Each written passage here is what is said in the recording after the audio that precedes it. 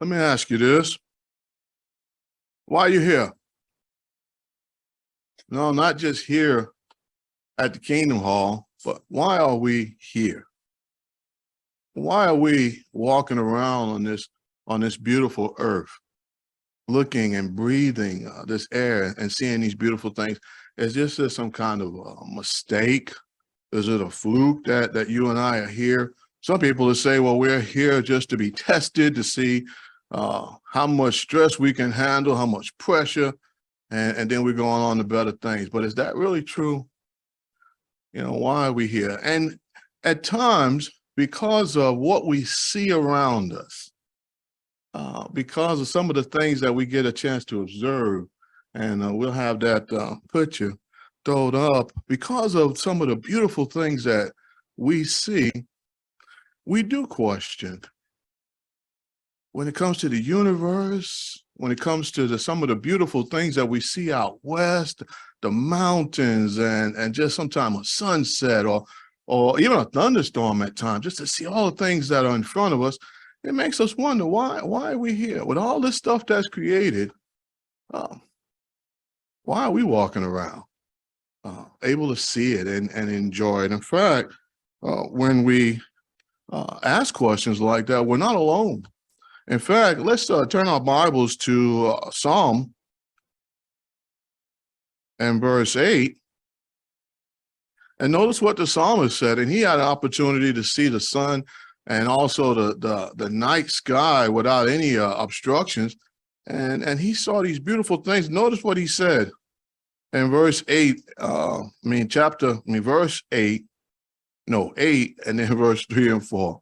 He said, when I see your heavens, the works of your fingers, the moon and the stars that you have prepared. And then he asked the question, what is mortal man that you keep him in mind, and the son of man that you take care of him?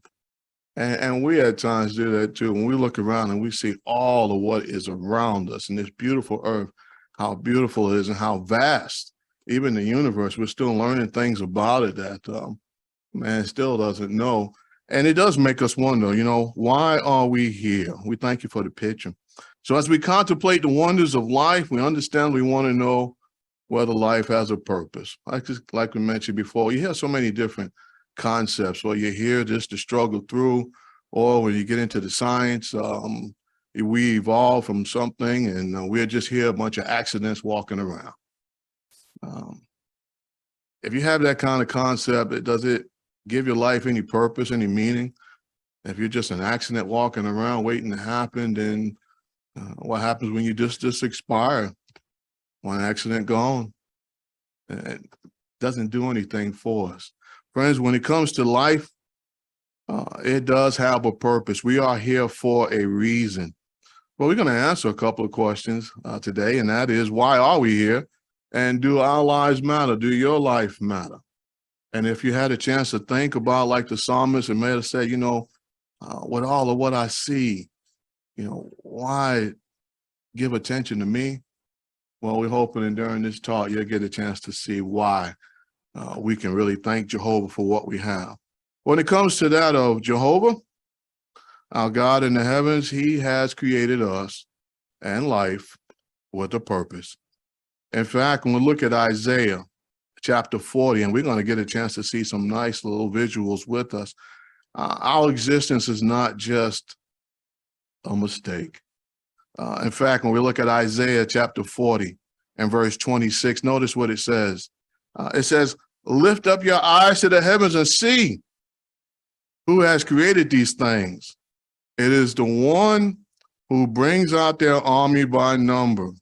He calls them all by name because of his vast dynamic energy, his awe-inspiring power. Not one of them is missing. Not one of them is missing. And in fact, when you look at verse 28 now, it says, do you not know? Have you not heard? Jehovah, the creator of the ends of the earth, is a God for all eternity. He never tires out or grows weary. His understanding is unsearchable.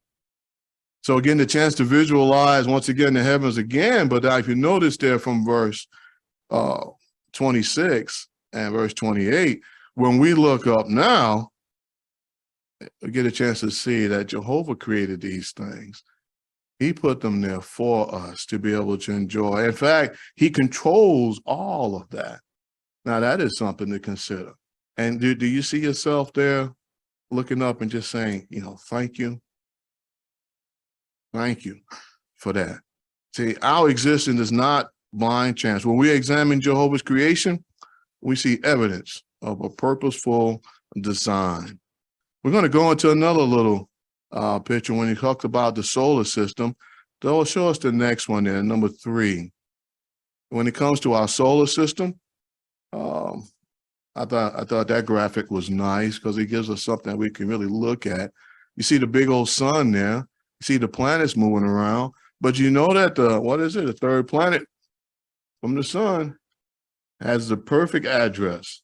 And when you think about that perfect address, 93 million miles away, just in a place big enough or right address, keep us from burning up, even though it gets hot, and to keep us from freezing, even though it gets cold. And we're still able to live. And it's such a beautiful planet. Then it's had its own little moon that, of course, the fishermen love that at times because it deals with the tides and it just does so many beautiful things. But now, did that just happen? Just say, well, poof, in the right address with the right moon, and it's the only one with life on it? No, we see it was put there for a reason. Notice something else about the earth that we tend to take for granted. And number 4, it talks about that of the cycles. Earth's natural cycles are designed to renew the environment. There were so many cycles. I just thought about the water cycle because we've been getting a lot of rain lately, an awful lot of rain. But it's just a beautiful thing the way that particular cycle worked. Water has amazing qualities. When you hold it in your hand, you're all wet. But if it gets to a certain temperature, then it turns into a vapor. And it's like, wow, what happened? And that's how we dry off. But of course, it's being evaporated. It goes on up into the sky, into the clouds there. And then after it starts to cool off and gets another temperature, then we get it back in the form of rain. And isn't that beautiful? But now, who put that there? See, all of that is a part of Jehovah's purpose. When he had this earth created, he put it at the right address. And then he put some cycles in place that allows it to continue to take care of itself. You and I don't even have to go out there and say, water evaporate now. Rain come. We don't have to do anything. All we do is enjoy it. And that's in place for us. And the reason why we say that, because let's look at Isaiah chapter 45 and then verse 18. And this right here is good for us to know because we hear so many contrasting thoughts when it comes to this planet. But now when you look at Isaiah chapter 45 and verse 18, notice what it says. It says, for this is what Jehovah says, the creator of the heavens, the true God, the one who formed the earth, its maker who firmly established it, who did not create it simply for nothing, but formed it to be inhabited. It says, I am Jehovah, and there is no one else. So when you think about that, Jehovah created this beautiful earth, and notice our next pick there, number 5. Because of it being such a beautiful place, isn't it something that we can enjoy? We can enjoy. And so we're not a mistake. The earth put here for a reason.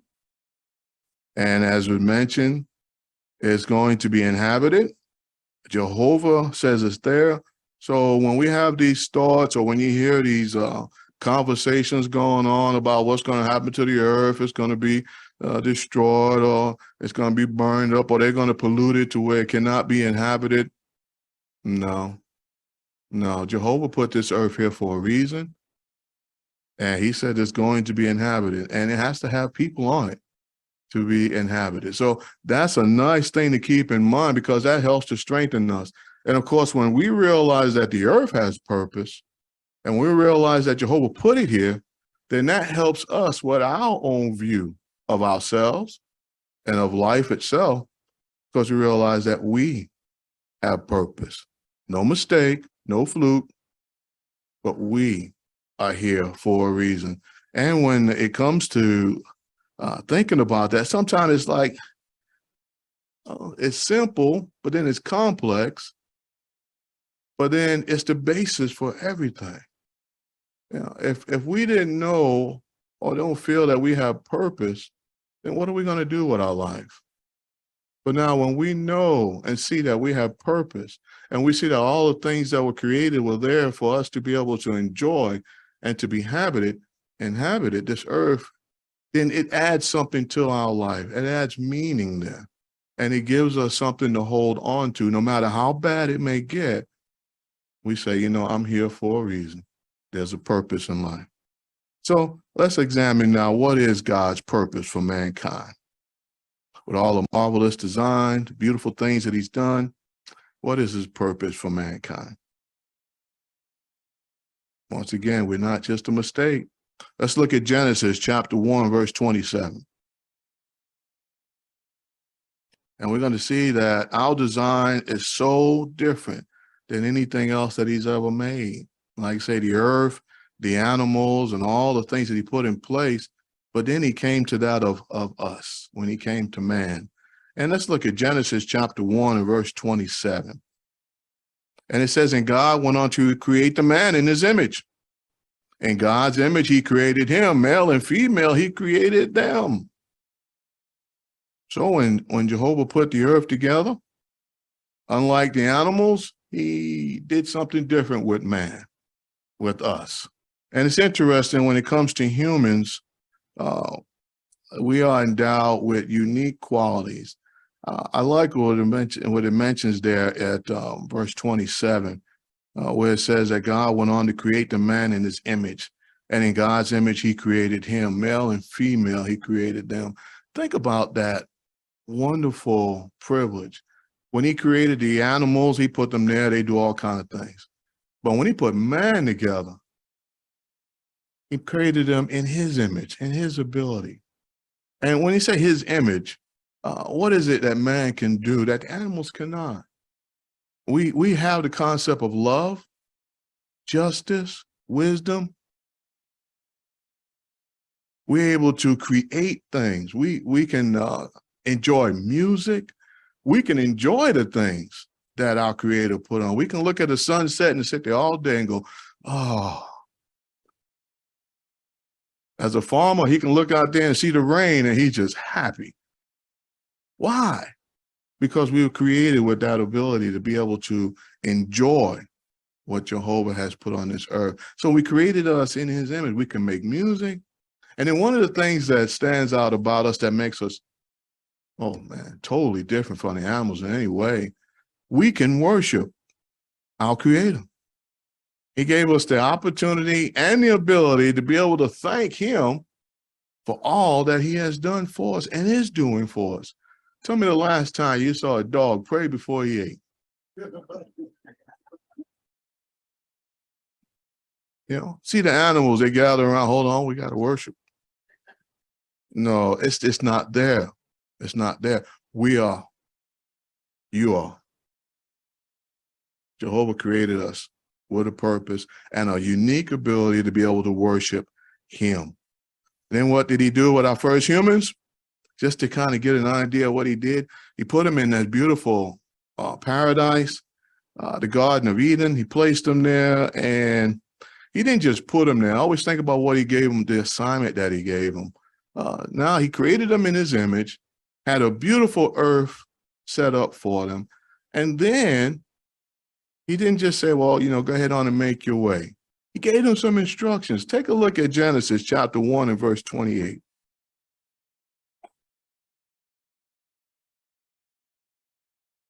And we have to read it. It said, further, God blessed them, and God said to them, Be fruitful, become many, and fill the earth and subdue it, having subjection the fish of the sea, the flying creatures of the heavens, and every living creature that is moving on the earth. He gave them a wonderful assignment. He blessed them. They were the first things created there when it comes to that in God's image, and they had a purpose in mind. They were to have children, take good care of the earth, and if they were obedient, they had that prospect of doing that for forever. Yeah, forever. And in fact, he intended for them to be able to enjoy a loving and personal relationship with him. And just think of what they had. Perfect health. They were at the right age that they needed to be. And then their bodies was in a position that they could do all of what Jehovah needed them to do, to take care of the animals, to be able to take care of the earth. If they needed to plant something, they didn't have to, oh, I can't, my body's all messed up. If they had to go out and do some extra walking or traveling, they could do that. Their bodies was in good shape. And then he told them to take care of this. And don't be selfish now. I want you to fill the earth. So now look at that. They were going to have children. Their children were going to have children. Their children were going to have children. And so what was you going to have? An earth that was filled of people with purpose, living under conditions that our Creator put in place for them to be able to perfectly carry out that assignment that they were given. Don't sound like an accident there. Jehovah had that purpose in mind with Adam and Eve. But then what happened? Why is the earth not a paradise now? Well, we know what happened. Let's take a look at pick number 6. And it just puts in mind what happened. You see on one side, oh, they had everything in front of them. Animals, they had all that we just mentioned. And you can't get into, you can just keep going. But I mean, we don't have that now. We have what's on the other side of the picture. They decided to leave Jehovah. They decided to use their free will in a bad way. And as a result, they stepped away from all that Jehovah put in front of them. All of what he put in front of them. They stepped away from them. He gave them that gift of free will, which was enable them to be able to use that freedom to tell Jehovah that I'm going to worship you no matter what. I'm going to love you no matter what is thrown my way. And they threw that away. They said, well, you know, we think we can do better without you. And we can't even describe their environment, but they turned their backs on that and went another way. So as a result of that, we inherited imperfection. But the nice thing about Jehovah, the beautiful thing about him, he didn't take away their ability to reproduce. They were sinful, but Jehovah said, you know, there is going to be a group. There are going to be ones that are going to serve me out of this. Their parents didn't want it, but their children sure are going to work hard to get it. And so he gave them the opportunity to do that. And that is us. No, we're not in the perfect situation. In fact, let's look and see what situation we're in. Look at Romans chapter 5, verse 12. We have to remind ourselves of it at times. We thank you for the picture. But Romans chapter 5, verse 12, and it clears up so much. It said, that is why just as through one man sin entered into the world, and death through sin, so death spread to all men because they had all sinned. So we lost what Adam had because he couldn't pass on perfection. So that's why we have this. That's why we're in the conditions that we're in now, the sinful conditions. It kind of reminds you of, remember one talk show, the girl was giving away cars and everybody got a car. We got dents. We're in that pie pan that's got a dent in it. You got a dent, I got a dent, everybody got a dent. So that's why we're in this sinful condition. So even though we're in a sinful condition, we still have purpose. We still can have purpose because this earth is still here. So Jehovah had the original purpose in mind. This earth was going to be inhabited by beautiful, beautiful people. perfect individuals. So why is it that we're talking about this? Did you notice it wasn't really a hard or difficult thing in our conversation?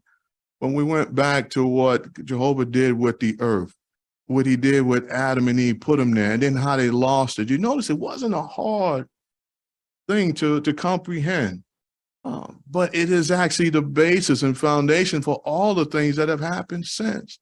Jehovah said, I have an earth that I created, and it's going to be inhabited by people who love me. So why are we talking about it? Because at times that's the hardest thing for us to grasp. As we talked about earlier, because things are hard, because times are hard and it's getting rough, we're getting old, our bodies, even those who know and serve Jehovah, at times we can say, well, what's the purpose in life?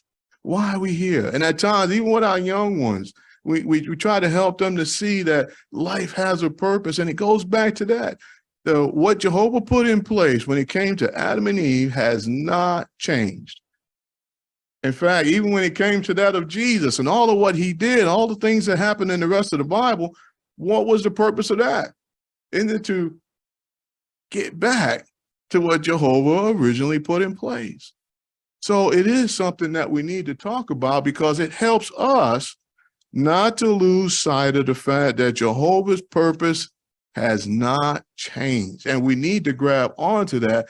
And that's going to be the thing that really anchors us. So no matter how bad things get, we know that this earth is going to exist and that Jehovah has a purpose in mind. It's going to be inhabited by righteous people. Now, how sure can we be of that? Well, notice how Jehovah illustrates his word when it goes out from him, and that we can put all the confidence in the fact that it's going to take place. Look at Isaiah chapter 55. And he mentions this. He said, just as the rain and the snow pour down from heaven and do not return there until they saturate the earth, making it produce and sprout, giving seed to the sower and bread to the eater, so my word that goes out of my mouth will be, it will not return to me without results, but it will certainly accomplish whatever is my delight, and it will have success in what I sent it to do. Yes, God cannot lie. This earth will be a paradise. This earth will serve his purpose, and we have an opportunity to be a part of that. Soon, what's Jehovah going to do in order to reach that? Soon, he's going to have to bring about an end to this wicked system of things. Individuals who do not want to serve him, he'll have to do away with those. But individuals that want to serve him, that are using their lives now, their free will to serve Jehovah, to become a part of his visible earthly organization, they can look forward to some good things ahead. Soon, Jehovah's going to bring to ruin all those who are ruining the earth, all those. And I thought it was so nice when we mentioned about ones who use their free will. There was a nice watchtower we had just recently under Why Get Baptized, and paragraph 17 made this. It made mention of this. The question was, what can you give Jehovah that he does not already have? And I was like, wow, what can you?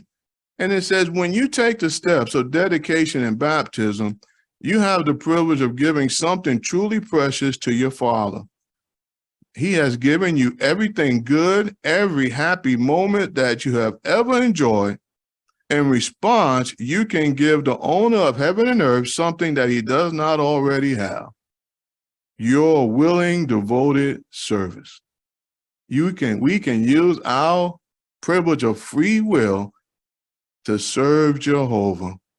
What better use of our free will could we use? And as we mentioned here, being here and serving Jehovah, whoa, that is the best thing that we could do with our free will. See, we're smarter than our parents when we use our free will to serve Jehovah.